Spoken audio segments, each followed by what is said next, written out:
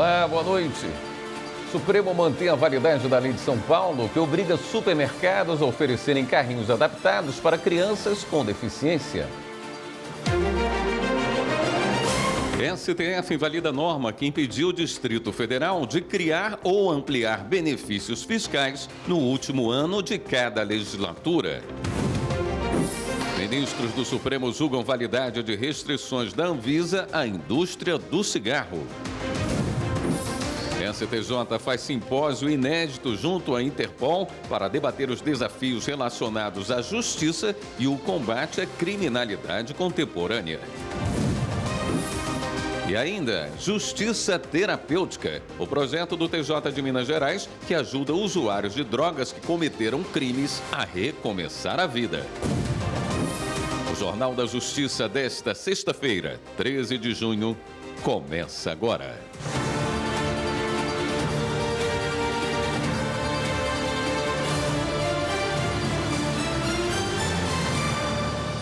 O Supremo invalidou uma norma que impediu o Distrito Federal de criar ou ampliar benefícios fiscais no último ano de cada legislatura.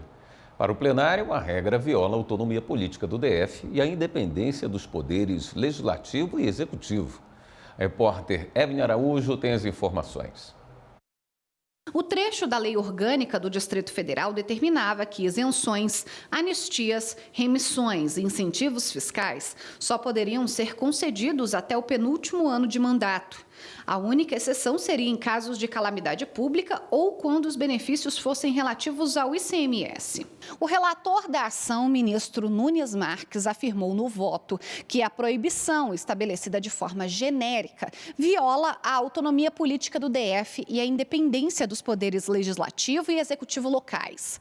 O ministro também explicou que a lei de responsabilidade fiscal, de aplicação obrigatória a todos os entes federativos, estabelece normas com mecanismos para coibir abusos na concessão de benefícios fiscais. Entre eles, a exigência de estimativas de impacto orçamentário financeiro e a adequação das renúncias de receita à LDO, a Lei de Diretrizes Orçamentárias. Para Nunes Marques, a imposição de restrições, além das previstas na legislação nacional, sem fundamento em peculiaridades locais, afronta o Pacto Federativo e invade a competência legislativa da União. Ainda segundo o relator, a norma questionada presume de forma absoluta a má-fé dos agentes públicos, o que contraria os princípios da legalidade, da moralidade e da boa-fé objetiva que regem a administração pública. Os demais ministros do Supremo acompanharam o entendimento. O PDT, Partido Democrático Trabalhista, entrou com uma ação no Supremo Tribunal Federal contra medidas adotadas pelo governo do DF que, segundo a legenda, prejudicam o atendimento na rede hospitalar. Anderson Arcoverde tem as informações. O PT alega que, mesmo após o fim do estado de emergência provocado pela pandemia de Covid-19, diversas unidades na rede de saúde do Distrito Federal estão operando sob regime de restrição de atendimento, classificadas com bandeiras vermelha e laranja. Na bandeira vermelha são atendidos apenas os casos classificados como emergência. O partido alega que a separação reduz o acesso às unidades de saúde e dificulta o atendimento à população, o que, segundo a legenda, atenta contra preceitos fundamentais da Constituição, como o direito à vida, à saúde e à dignidade. O PDT pede que seja determinado ao governo do Distrito Federal que apresente em até 45 dias um protocolo de encaminhamento e monitoramento dos pacientes. O governo do Distrito Federal ainda não se manifestou. O relator da ação será o ministro André Mendonça, que já trata de um caso semelhante. O Supremo vai analisar uma ação do Estado de Rondônia contra um decreto de 2020 do governo de São Paulo que determinou prazo para o fim de isenção do ICMS nas mercadorias com destino a várias cidades, inclusive a de Guajará-Mirim. Entenda o conflito na reportagem de Carolina Chaves. A ação direta de inconstitucionalidade foi apresentada ao Supremo pelo governador de Rondônia, Marcos José Rocha dos Santos, do União, contra o decreto paulista, que estabeleceu o prazo até 31 de dezembro do ano passado para manter a isenção do ICMS para áreas de livre comércio. Depois dessa data, os produtos industrializados ou semi-elaborados que saírem de São Paulo com destino a esses locais ficariam mais caros. No Supremo, o governador de Rondônia alega que a limitação do prazo para isenção viola a Lei Complementar de 1975, que exige a aprovação dos 2 estados envolvidos, tanto para concessão quanto para revogação de incentivos fiscais relacionados ao ICMS. Além disso, segundo o governador de Rondônia, a revogação da isenção de forma unilateral, sem respaldo do CONFAS, Conselho Nacional de Política Fazendária, compromete o equilíbrio federativo e o desenvolvimento regional. A relatora dessa ação é a ministra Carmen Lúcia. Ela requisitou informações ao governo de São Paulo. A ministra também é relatora de outra ação apresentada pelo Estado do Acre, questionando o mesmo decreto. Os ministros do Supremo analisam o mérito da ação que pede que seja reconhecida a validade do decreto que restringiu o uso de armas de fogo. Repórter Marta Ferreira.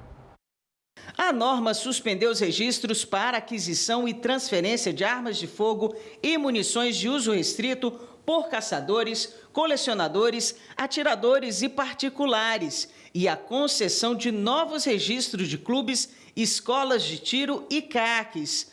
Também proibiu CACs de transportar armas carregadas.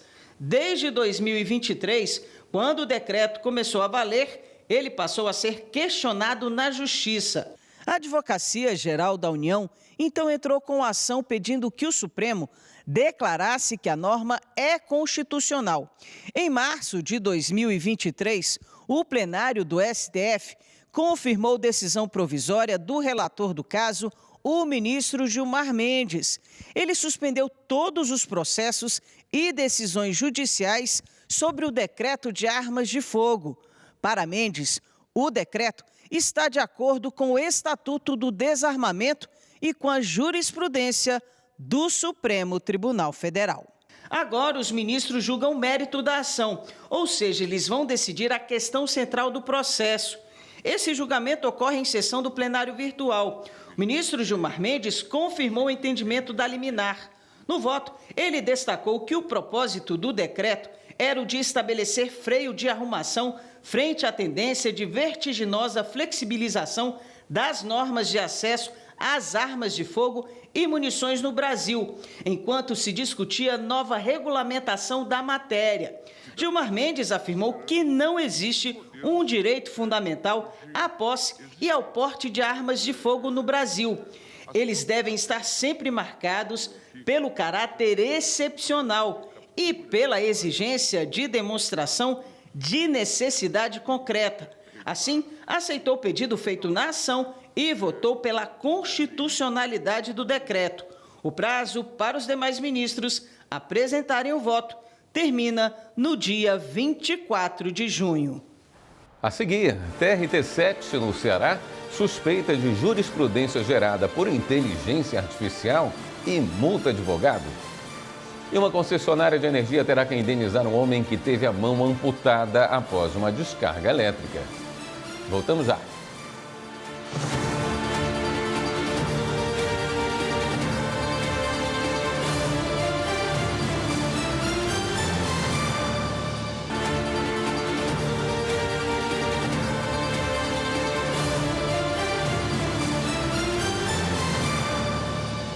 O Tribunal Regional do Trabalho da 7ª Região, no Ceará, suspeita de jurisprudência gerada por inteligência artificial e multa advogado. O profissional foi condenado por litigância de má-fé e a OAB foi acionada para apurar o caso. Repórter João Pedro Melo. A decisão unânime foi tomada pela 3ª turma da Corte, que não reconheceu o recurso apresentado por um ex-empregado por falta de argumentos específicos e concretos. Na decisão, o desembargador Carlos Alberto Trindade Rebonato também destacou que foi usada uma jurisprudência inexistente, possivelmente manipulada por inteligência artificial. Com isso, o advogado foi multado por litigância de má-fé. Diante da gravidade do caso, o TRT também enviou um ofício à OAB do Ceará para apuração de uma eventual infração disciplinar. Na reclamação trabalhista, o autor alegou que, depois de exercer a função de estoquista, sofreu assédio moral, trabalhou em condições insalubres e sem o fornecimento adequado de equipamentos de proteção individual, desenvolvendo hérnia de disco e lesões por esforço repetitivo em razão das atividades e do levantamento de peso. Diante disso, o homem pediu indenização por danos morais, adicional de insalubridade, reconhecimento de doença ocupacional e a conversão do pedido de demissão em rescisão indireta, o que foi considerado improcedente por ausência de provas, segundo a Justiça do Trabalho de Fortaleza. O desembargador ainda destacou que a conduta adotada pelo advogado do empregado comprometeu seriamente a lisura do processo, violando princípios da lealdade, veracidade e também da ética profissional. De acordo com o processo, o laudo pericial técnico também afastou a existência de insalubridade nas atividades exercidas. E sobre a doença ocupacional, o homem não compareceu à perícia médica. Por fim, sobre a rescisão indireta, a turma observou que a demissão foi iniciativa do trabalhador e não teve qualquer alegação ou comprovação de vício de vontade. A Justiça Trabalhista decidiu que uma enfermeira demitida de um hospital por acumular cargos públicos deve ser reintegrada à unidade de saúde. Os detalhes com Rocine Gomes. A enfermeira foi demitida por justa causa sob o argumento de acumular 2 cargos públicos. O hospital em Porto Alegre justificou que a profissional não respeitava o intervalo de 11 horas de descanso entre as jornadas nos empregos, e isso comprometia o desempenho e a eficiência dela. Ao julgar o caso, o Tribunal Regional do Trabalho da 4ª Região, no Rio Grande do Sul, manteve a decisão de primeiro grau de reintegrar a enfermeira. Para o TRT, os horários da profissional eram compatíveis com os 2 cargos públicos que ocupava e a prática não era ilegal ou abusiva. A empresa recorreu ao Tribunal Superior do Trabalho. Na subseção 2, especializada em dissídios individuais do TST, a relatora, ministra Morgana Richa, ressaltou que a acumulação de cargos públicos é respaldada pela Constituição Federal. Ela destacou também que, para os profissionais de saúde, os únicos requisitos são a compatibilidade de horários e o respeito ao teto constitucional, e no caso da enfermeira, os 2 foram demonstrados. Os demais ministros da SDI 2 acompanharam o voto da relatora. Diante da decisão, o hospital deve reintegrar a enfermeira ao trabalho. O Distrito Federal foi condenado ao pagamento de R$100 mil aos pais de uma recém-nascida que morreu por falha no atendimento hospitalar. A bebê morreu por demora na internação em UTI. A decisão é da 8ª Vara da Fazenda Pública do DF. Regina Souza. Segundo o processo, a mãe da criança deu entrada em trabalho de parto em um hospital público de Brasília por volta das 13 horas. A cesariana foi realizada às 18 horas. Os pais alegaram que, após o parto, foi solicitada a internação da bebê em uma UTI neonatal. Mas a transferência só aconteceu no dia seguinte, 17 horas depois do nascimento. Um laudo médico apontou que a demora no diagnóstico de sofrimento fetal e na transferência para a UTI contribuíram para a morte da recém-nascida. O governo do Distrito Federal afirmou que o atendimento foi adequado, mas a Justiça concluiu que houve falha grave, o que reduziu as chances de sobrevivência da criança. Os pais vão receber cada um R$50 mil por danos morais.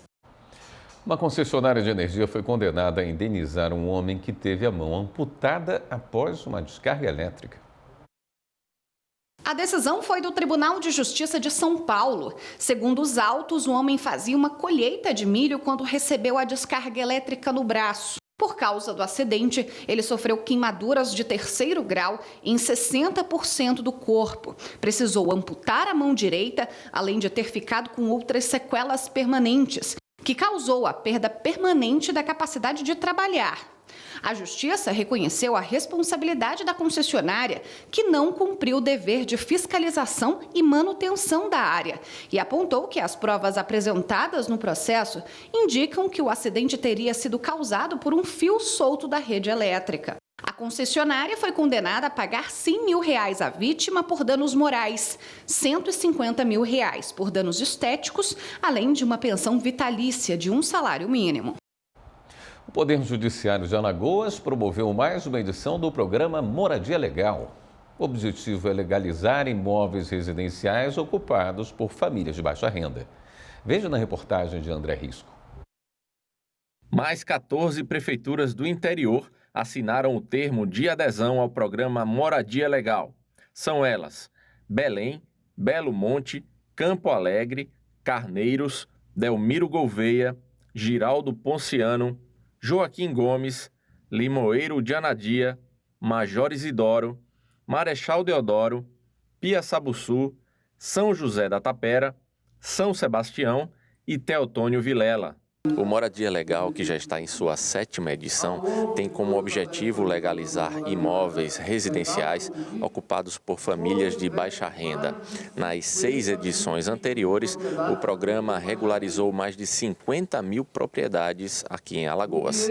Tem mudado muito a vida daquelas pessoas que pegam a sua escritura na mão e dizem: agora eu posso ir num banco atrás de um empréstimo para fazer uma reforma sonhada, eu posso agora ter o que é meu e deixar garantido para minha família. Então, Campo Alegre sempre vem participando dessas últimas edições e não poderia ficar de fora mais uma vez. Vai participar e vai contribuir muito com a comunidade. Você tem a felicidade de ter a sua casa e com o programa Moradia Legal você ter o seu documento, você ser o dono da sua casa é muito importante e a gente fica muito feliz de ser um dos pioneiros. O programa é realizado em parceria com a Corregedoria Geral da Justiça, a Associação dos Notários e Registradores do Estado de Alagoas e prefeituras. O presidente Fábio Bittencourt falou da felicidade em poder contribuir com a mudança de vida de tantas famílias. Ajudar as pessoas mais necessitadas, os vulneráveis, é um dos focos da nossa gestão. E hoje tivemos a assinatura de 14 convênios, ou 14 municípios que estão aderindo ao Moradia Legal para beneficiarmos essas pessoas. Suas famílias vão ter aquela moradia que tanto sonha, com documento, sua escritura devidamente registrada. Isso faz mudar vidas sem nenhuma dúvida. A seguir, ministros do Supremo julgam validade de restrições da Anvisa à indústria do cigarro. E a Corte Suprema mantém a validade da Lei de São Paulo, que obriga supermercados a oferecerem carrinhos adaptados para crianças com deficiência.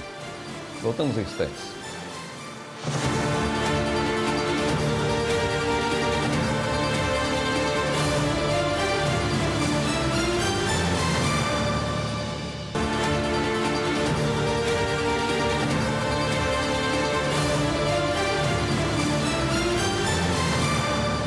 A presidente do TSE, ministra Carmen Lúcia, afirmou que sem democracia não há liberdade. Foi durante o evento para celebrar os 30 anos de Instituto Intergovernamental que apoia a democracia no mundo. Repórter Daniela Ramalho. A presidente do Tribunal Superior Eleitoral, ministra Carmen Lúcia, esteve em Estocolmo, na Suécia, para participar das comemorações dos 30 anos do Instituto Internacional para a Democracia e Assistência Eleitoral, o IDEA Internacional, que é uma organização intergovernamental que apoia a democracia em todo o mundo. Foram realizados 3 encontros com lideranças eleitorais dos países que integram a instituição, com foco na integridade das eleições, uso da inteligência artificial, segurança e confiança no processo eleitoral. A ministra destacou que defender a democracia é uma obrigação e uma responsabilidade para com a humanidade. Como parte da conferência, os líderes eleitorais presentes reforçaram o compromisso coletivo com eleições livres e justas por meio da Declaração de Estocolmo sobre Integridade Eleitoral. O Brasil faz parte do IDEA desde 2016, sendo representado pelo TSE. O Supremo Tribunal Federal manteve a validade da Lei de São Paulo, que obriga supermercados a oferecerem carrinhos adaptados para crianças com deficiência. Para o plenário da Corte, os estados podem editar normas voltadas à proteção e ao bem-estar dessas pessoas. Repórter Evne Araújo. A lei do Estado de São Paulo exige que supermercados, hipermercados e estabelecimentos semelhantes tenham 5% dos carrinhos de compras adaptados para crianças com deficiência ou mobilidade reduzida. A Associação Paulista do setor entrou com ação no Supremo questionando a validade da legislação. O pedido foi julgado em sessão do plenário virtual. Ao votar, o relator do caso, o ministro Gilmar Mendes, considerou a medida proporcional à necessidade apontada na lei. Segundo ele, a iniciativa está alinhada aos compromissos constitucionais de facilitar a mobilidade das pessoas com deficiência.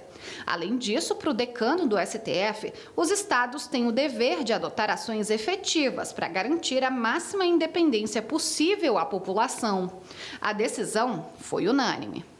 O Supremo Tribunal Federal retomou hoje, em plenário virtual, o julgamento sobre restrições da Anvisa à indústria do cigarro. A repórter Carolina Chaves tem as informações. O STF analisa a resolução da Anvisa que proíbe a fabricação, importação e comercialização de produtos derivados do tabaco que contenham aditivos, como aromatizantes e saborizantes. Os ministros vão decidir se a Anvisa poderia ou não editar norma com efeito proibitivo sem previsão legal. A resolução foi analisada pelo STF em 2018, no julgamento de uma ação proposta em 2012 pela CNI. Mas um empate de 5-5 impediu decisão definitiva. A matéria voltou a ser discutida no início, em 2024, em um recurso, quando os ministros Dias Toffoli e Edson Fachin votaram pela validade da norma da Anvisa. Mas o ministro Alexandre de Moraes, em voto vista, divergiu. Para Moraes, ao editar norma proibitiva, a agência extrapolou os limites de sua competência legal. O julgamento havia sido suspenso por pedido de vista do ministro Luiz Fux. No plenário virtual, o Supremo formou maioria para manter o direito de estudantes de colégios militares às cotas reservadas a alunos de escolas públicas. Os ministros consideraram que essas instituições são mantidas pelo Exército, o que preserva a natureza pública. Os detalhes com o repórter Pablo Lemos. Na ação, a Procuradoria-Geral da República afirma que os colégios militares não poderiam ser considerados escolas públicas, pois não integram o sistema regular de ensino e apresentam um padrão de excelência incompatível com o objetivo da política afirmativa, que reserva metade das vagas das instituições federais de ensino superior a estudantes oriundos da rede pública. Outro argumento ainda é de que essas instituições possuem formas próprias de ingresso e não estão acessíveis a toda a população, o que comprometeria os princípios da isonomia e da justiça social que orientam a reserva de vagas. A Advocacia Geral da União contestou, defendendo, entre outros pontos, que a natureza pública dos colégios militares está preservada, porque eles são criados, mantidos e administrados pelo poder público. A maioria dos ministros seguiu o voto do relator, o ministro Gilmar Mendes. Ele considerou que os colégios militares são mantidos pelo Exército e regidos por normas específicas, preservando a natureza pública. Ainda faltam os votos dos ministros Luiz Roberto Barroso, Carmen Lúcia, Luiz Fux e André Mendonça. Gilmar Mendes destacou no voto que o fato de os colégios militares serem inacessíveis a todos não tem o condão de desfigurar a natureza pública que ostentam. O relator também rechaçou a tese de que o ensino de excelência dessas escolas justificaria a exclusão dos ex-alunos da política de cotas. Gilmar também ressaltou que a alteração recente promovida por lei reforça o equilíbrio da política pública ao estabelecer que os candidatos concorram inicialmente às vagas destinadas à ampla concorrência, sendo incluídos nas cotas apenas se não forem aprovados nessa modalidade. A ministra Liana Schaibe, do Tribunal Superior do Trabalho, autorizou uma empresa de tecnologia a preencher a cota de contratações de pessoas com deficiência com base apenas na quantidade de empregados lotados das unidades administrativas internas. Marta Ferreira. Uma lei de 1991 estabelece a obrigatoriedade de contratação de trabalhadores com deficiência por empresas com 100 ou mais empregados. O caso chegou ao TST porque uma empresa alegou que a exigência integral da cota, com base em todos os empregados, inclusive os lotados em contratos externos e operacionais, inviabilizaria sua participação em processos licitatórios, diante das regras da nova lei de licitações. A ministra do TST reconheceu o risco de prejuízo irreparável, uma vez que a empresa poderia ser impedida de contratar com o poder público e até ter contratos reincididos por descumprimento da cota legal. Ao decidir, ela ressaltou que a reserva legal de PCDs deve ser respeitada, mas que é necessário ponderar os limites práticos e a boa-fé da empresa na tentativa de atender à norma. A medida vale até o julgamento final da ação que discute o tema. Estão abertas as inscrições para o 2º Prêmio Nacional de Jornalismo do Poder Judiciário, Direitos Humanos e Tecnologia. Repórter Carolina Chaves tem os detalhes. O anúncio das inscrições para a 2ª edição do prêmio foi feito no início da sessão plenária do STF. Poderão concorrer os trabalhos publicados no Brasil entre 1º de fevereiro de 2024 e 31 de janeiro deste ano. Os conteúdos devem ter relação com um dos eixos temáticos direitos humanos, cidadania e meio ambiente ou inteligência artificial, inclusão digital e desinformação. Cada candidato poderá inscrever um trabalho por eixo em uma das 5 categorias. As inscrições vão até o dia 30 de junho e a premiação está prevista para o dia 10 de setembro. O vencedor receberá um prêmio de R$ 5.000. Esta 2ª edição conta com 5 categorias: jornalismo escrito, jornalismo de vídeo, jornalismo de áudio, fotojornalismo. E a novidade, a categoria de jornalismo regional. Haverá ainda uma premiação em dinheiro para os melhores trabalhos de cada categoria. O prêmio é uma iniciativa conjunta do Supremo Tribunal Federal, do Tribunal Superior Eleitoral, do Superior Tribunal de Justiça, do Tribunal Superior do Trabalho, do Superior Tribunal Militar. E neste ano contamos também com o Conselho Nacional de Justiça e o Conselho da Justiça Federal. O objetivo do prêmio é incentivar a produção de reportagens sobre o papel do judiciário na defesa de direitos fundamentais. Os trabalhos serão avaliados por comissões formadas por representantes da imprensa ou da academia, ministros de tribunais superiores, conselhos participantes e de membros de entidade associativa. Serão avaliados critérios como conexão com o tema, relevância do conteúdo para o judiciário e para a sociedade e originalidade na abordagem. Todas as informações sobre o prêmio estão no site do STF e dos outros tribunais superiores participantes. A seguir, TJ de São Paulo valida a lei da cidade de Mirassol, que determinou o uso de QR Code em obras para fiscalização. E ainda, STJ faz simpósio inédito junto à Interpol para debater os desafios relacionados à justiça e o combate à criminalidade contemporânea.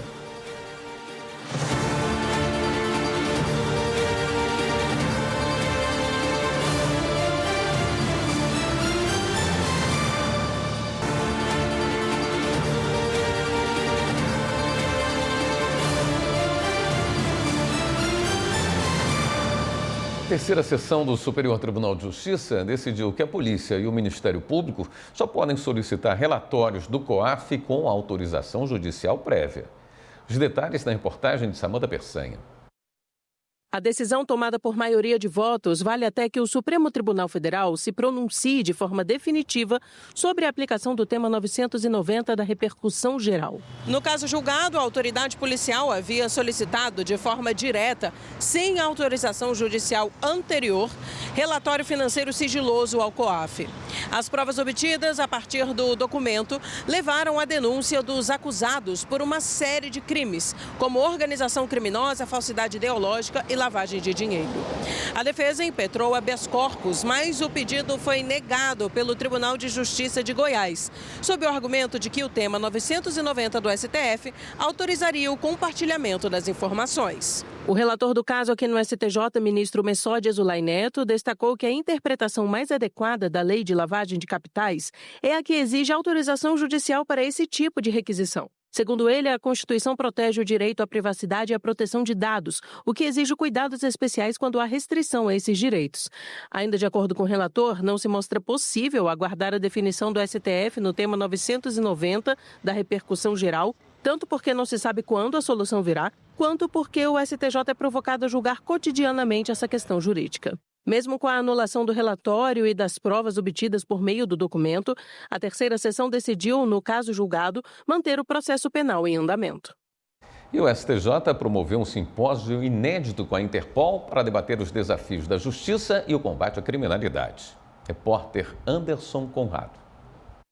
Com apoio do Programa das Nações Unidas para o Desenvolvimento, da Associação dos Juízes Federais do Brasil e da Associação dos Magistrados Brasileiros, o Superior Tribunal de Justiça e a Organização Internacional de Polícia Criminal, a Interpol, realizaram um simpósio para abordar temas ligados à criminalidade moderna e o caráter internacional de diversos tipos de crime.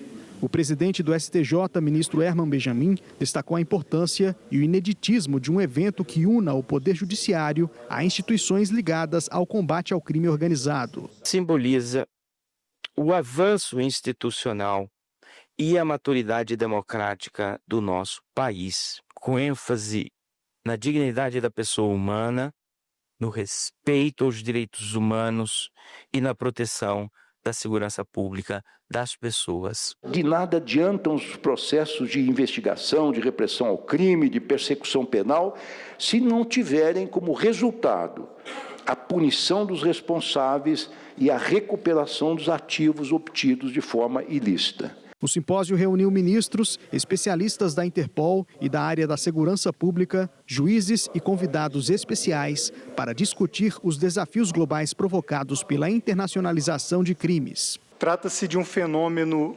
complexo e imutável que exige de nós respostas igualmente sofisticadas e articuladas. Nenhum país pode enfrentar sozinho os desafios impostos pela criminalidade transnacional.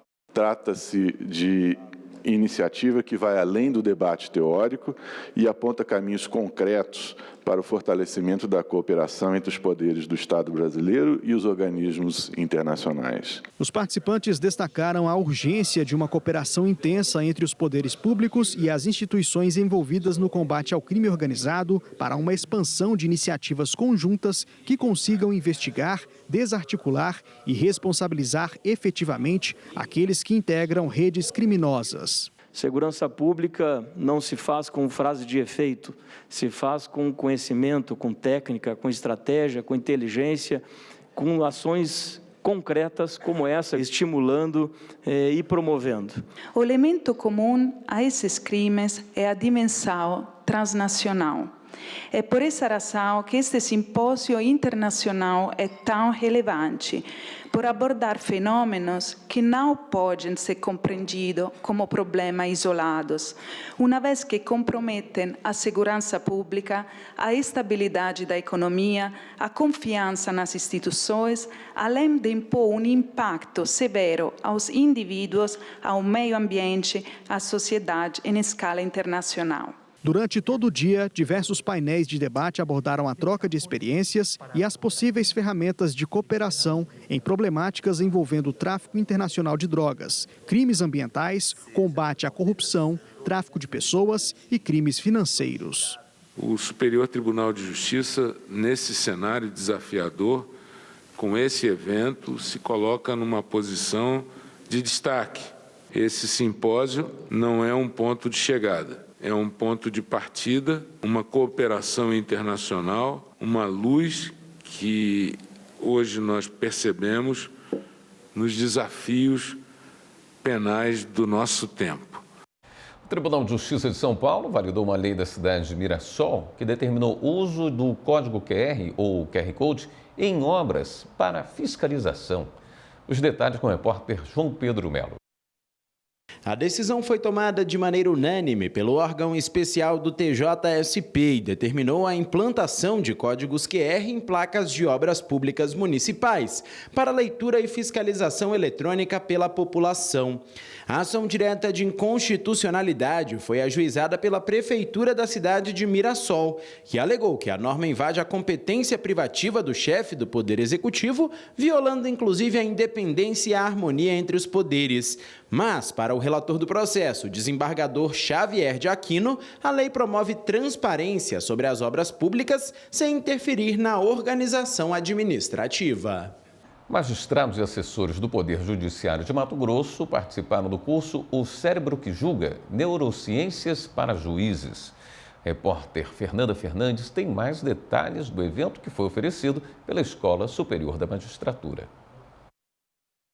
Magistrados e assessores do Poder Judiciário de Mato Grosso participaram durante 2 dias do curso O Cérebro que Julga, Neurociências para Juízes, ofertado pela ESMAGES. O foco foi proporcionar à turma uma compreensão básica sobre a anatomia e o funcionamento do cérebro humano, destacando as peculiaridades que influenciam a tomada de decisões e que contribuem para o aperfeiçoamento dos processos judiciais. Passamos também por questões relacionadas ao cérebro social, como é que nós nos comportamos no âmbito social e como isso afeta o processo de tomada de decisão. Nós estudamos a memória, como a memória impacta o processo decisório. Eu achei esse um assunto super relevante para a gente, né? E nos tempos de hoje, né, que a memória para a gente é tudo, né? A gente que trabalha com a mente, que a gente tem que ler muito, decidir muito, né? Escutar muito. Então a nossa mente é tudo. Então eu falei, às vezes a gente vai lá e pega até umas dicas, né? Como melhorar a nossa eficiência intelectual, dar conta de tudo, né? O Tribunal de Justiça de Mato Grosso sediou a 3ª edição do encontro Caravana Conecta e Renova Jude. O evento é realizado pelo Conselho Nacional de Justiça por meio do programa Justiça 4.0. Reportagens de Carlos Celestino. O Tribunal de Justiça de Mato Grosso é a sede da 3ª edição do Encontro Caravana Conecta e Renova Jude, que reúne juízes, desembargadores e servidores do Sistema de Justiça da região Centro-Oeste. O evento, realizado pelo Conselho Nacional de Justiça, através do programa Justiça 4.0, tem o objetivo de apresentar e discutir sobre ferramentas tecnológicas que possam dar mais celeridade nos trabalhos do Judiciário. Não só os tribunais de justiça estaduais, mas os eleitorais, militares, federais, eles vêm aqui para compartilhar as inovações que são feitas dentro dos seus tribunais e com isso a gente possa realizar um compartilhamento dessas boas práticas e dessas inovações. O desembargador de Mato Grosso, Luiz Otávio Saboia, abriu a rodada de apresentação falando do projeto Lexia. A ferramenta de inteligência artificial criada pelo TJMT foi implantada no início deste ano em todos os gabinetes de desembargadores para auxiliar nos trabalhos da alta demanda processual. Um sistema de inteligência artificial para apoiar magistrados e servidores na elaboração de minutas de decisões, votos, sentenças e nas atividades administrativas, possibilitando assim que os magistrados obtenham maior eficiência, maior celeridade na jurisdição e o cidadão possa receber a resposta jurisdicional no tempo adequado. Outros 11 projetos foram apresentados durante o encontro. Um dos destaques vem do Tribunal de Goiás, que criou uma ferramenta eficiente e recomendada pelo CNJ para ser expandida para os tribunais do país. Nós apresentamos aqui hoje a Berna IA, que é a nossa ferramenta de inteligência artificial pré-generativa, que tem o objetivo de listar processos que guardem uma certa similaridade. No nosso caso, nós estipulamos em 80% de similaridade entre a tese apresentada, o fato e o pedido dentro da petição inicial. Autoridades ressaltam que a troca de experiências fortalece a cooperação entre os tribunais e estimula iniciativas inovadoras, com soluções que aproximam ainda mais a justiça da população. E a intenção é identificar esses projetos e aí, mediante um diálogo colaborativo, inovador, a gente trazer os tribunais numa perspectiva de conglomerar esforços, unir esforços, para trazer essas ferramentas para um patamar nacional. O foco é sempre melhor prestação jurisdicional, mais eficiência, melhor jurisdição para o cidadão.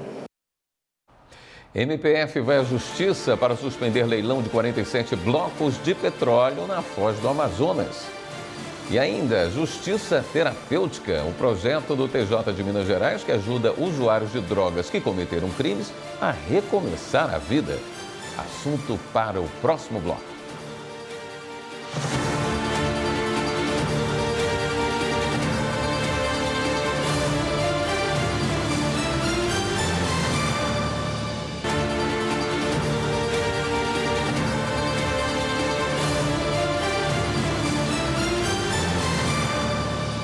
O Ministério Público Federal vai à Justiça para suspender leilão de 47 blocos de petróleo na Foz do Amazonas. Márcio Fontinelli. O Ministério Público Federal recorreu à Justiça para suspender o leilão que vai definir quais empresas farão a exploração de petróleo e gás na bacia da foz do Rio Amazonas. Para o MPF, existem uma série de medidas exigidas por lei que não estão sendo cumpridas. Entre elas, a falta de estudos de impactos ambientais na região e a não realização de consulta dos povos indígenas que moram na área afetada. Na ação com pedido de urgência, foram citadas a União e a Agência Nacional do Petróleo, a ANP. O Tribunal de Justiça da Paraíba lançou o Observatório de Violência Doméstica. Detalhes com a repórter Clara Torres. A ação é uma parceria entre a Coordenadoria da Mulher e a Diretoria de Governança e Gestão Estratégica do TJPB. Agradecer, essa é a palavra inicial, à coordenadoria, através de toda a Graziela e toda a equipe que desenvolveram mais um sistema em favor da cidadania. Ou seja, a partir de agora podemos acompanhar a realidade existente no nosso estado, através de dados concretos, números, mostrando o dia a dia nosso. Coordenadora da Mulher do TJPB, a juíza Graziela Queiroga destacou que o observatório será uma ferramenta estratégica, disponibilizada pelo tribunal no enfrentamento à violência doméstica. O observatório é um equipamento que vem num excelente momento para agregar, dentre outros aplicativos e facilitação de informações que o Tribunal de Justiça da Paraíba vem oferecendo. Ele vem contemporaneamente ao painel da violência doméstica lançado recentemente pelo CNJ. E nós, aqui na Paraíba, desenvolvemos, a partir do nosso setor de tecnologia, esse observatório que vem trazer informações, vem trazer aqui transparência de dados, em especial para o público externo, para a nossa rede, que tanto precisa, para a aplicação melhor das políticas públicas. A partir dos dados divulgados no Observatório de Violência Doméstica, será possível acessar o quantitativo de medidas protetivas e ações penais em tramitação organizadas por comarcas. Os números informativos servirão de base para orientar e qualificar o trabalho tanto internamente quanto para subsidiar a criação e o aprimoramento de políticas públicas. Nós precisamos de dados, de informações, que através da tecnologia, do sistema de tecnologia integrado ao que acontece nas varas, o que acontece no dia a dia do sistema judiciário com relação à violência contra a mulher. E isso nos dá a condição de criar políticas públicas que sejam muito mais alinhadas justamente às necessidades. E além da gente ter um norte para que a gente possa lutar contra essa chaga, esse mal que assola nosso país. É uma forma da gente fazer o monitoramento desses processos, da Lei Maria da Penha, e já pensar também em novas políticas públicas. Então, poder fazer esse acompanhamento por meio do observatório, com certeza será um benefício enorme. Em Minas Gerais, a Justiça Terapêutica ajuda usuários de drogas que cometeram crimes a recomeçar a vida. O projeto do Tribunal de Justiça do Estado trata a dependência química de forma eficiente e humanizada. A reportagem de Kátia Matos. O Hélio conseguiu ficar livre do álcool e de outras drogas há 4 anos. Ele começou a usar as substâncias na adolescência. Na vida adulta, foi preso e teve de usar tornozeleira eletrônica por cometer um crime de agressão. Em sã consciência não faz as coisas errado, não. E é um meio perigoso, porque quando você se deixa levar muito, já era. Ele só conseguiu parar de beber e de usar drogas depois de um tratamento. Primeiro ficou internado cerca de 1 mês para desintoxicar. Depois fez terapia e frequentou durante 9 meses um grupo de ajuda para dependentes químicos. Livre das substâncias, Hélio não cometeu mais nenhum tipo de crime. A gente tem que mudar assim, de dentro mesmo, dentro para fora, para melhorar. Se a gente não aceitar a mudança, nada muda, não. O Hélio fez o tratamento gratuitamente no Centro de Terapias e Assistência Social do Instituto Espírita André Luiz. Histórias de pessoas que cometeram pequenos delitos devido ao uso abusivo de álcool e outras drogas são comuns. E é exatamente aí que entra a justiça terapêutica. Ao invés de encarcerar a pessoa, tratar a dependência química. A dependência química é de uma doença crônica. Então, o preso ele não vai ter tratamento. No tratamento, aqui, ele vai ter todas as condições para estar voltando para a sociedade de uma maneira digna. O assunto foi tema do primeiro Simpósio Internacional de Justiça Terapêutica.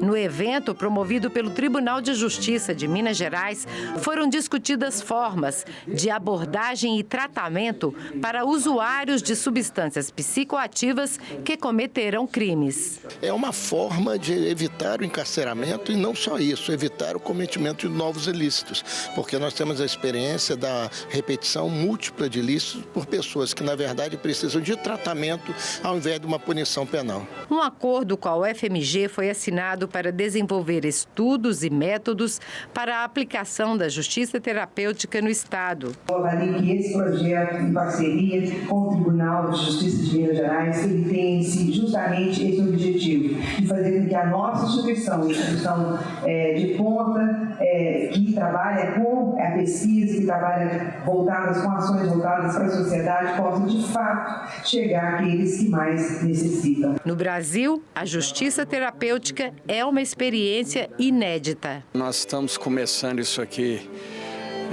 em Minas Gerais com a parceria com a Universidade Federal de Minas Gerais, faculdades de medicina, direito. É muito importante que o tribunal dialogue com a academia, com as entidades médicas, para conhecer quando é o momento de executar uma pena privativa de liberdade, quando é o momento do tratamento para a dependência química daquele que comete um ilícito.